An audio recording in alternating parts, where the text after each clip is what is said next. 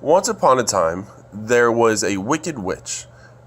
The wicked witch had a magic mirror that she would ask every morning, "Mirror, mirror on the wall, who is the fairest of them all?" The mirror then replies, "My queen, you are the fairest in the land." The queen is always pleased to hear this. And then there was one day where the queen asked the mirror the same question, and then the answer was not the same. One day, the mirror's answer changed and said that a girl that goes by the name of Snow White is now the fairest. This isn't pleasing to the queen because the mirror never lies. It is then that the queen becomes envious and goes into great shock, and from that moment on, her heart turns against Snow White, whom the queen grows to hate increasingly with time. One day, the angry queen then orders a huntsman to take Snow White into the deepest part of the woods to be killed. As proof that Snow White is dead, the queen then demands he returns with her lungs and her liver. The huntsman takes Snow White into the forest. The queen then waits for the huntsman's return.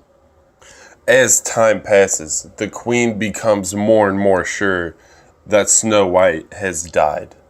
Meanwhile, back at her castle, the queen asks the mirror once again, "Mirror, mirror on the wall, who is the fairest of them all?" And the mirror replies, "My queen, you are the fairest here, so true. But Snow White, beyond the mountains, at the 7 dwarves, is 1,000 times more beautiful than you." The queen is horrified to learn that the huntsman has betrayed her and that Snow White is still alive. Planning to kill Snow White, the queen disguises herself as an old peddler. The queen appears at the dwarf's cottage and offers Snow White a colorful, silky piece of clothing and convinces Snow White to take the most beautiful clothing as a present.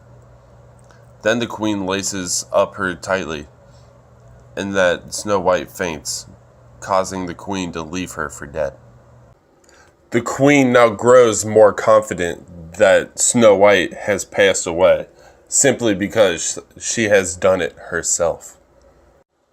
The queen then goes back to the magic mirror, and the mirror reveals how Snow White survived. The queen dresses as a comb seller and convinces Snow White to take a beautiful comb as a present. She brushes Snow White's hair with the poisoned comb, and the girl faints again. When the mirror again indicates that Snow White is still alive, the queen makes a third and final attempt on Snow White. When the queen finds out that Snow White still lives, she starts to come up with a more devious, evil plan by disguising herself as a farmer's wife and offering a poisoned apple to her. The girl is at first hesitant to accept it, so the queen cuts the apple in half, eating the part of the apple that has not been poisoned and giving the red poisoned half to Snow White. The girl eagerly takes a bite and falls into a state of emission. At this time, the dwarves are unable to revive Snow White. Assuming that she is dead, she is placed in a glass casket. Meanwhile, the queen, still believing that Snow White is dead, again asks her magic mirror who is the fairest of them all.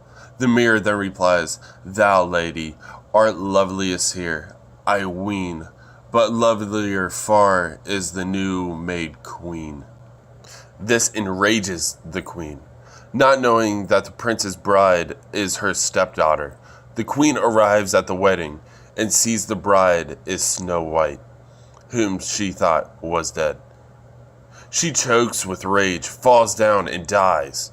Snow White and the prince regain happily over the land for many, many years. The end. The target audience that I am trying to go for is mainly teenagers to young adults.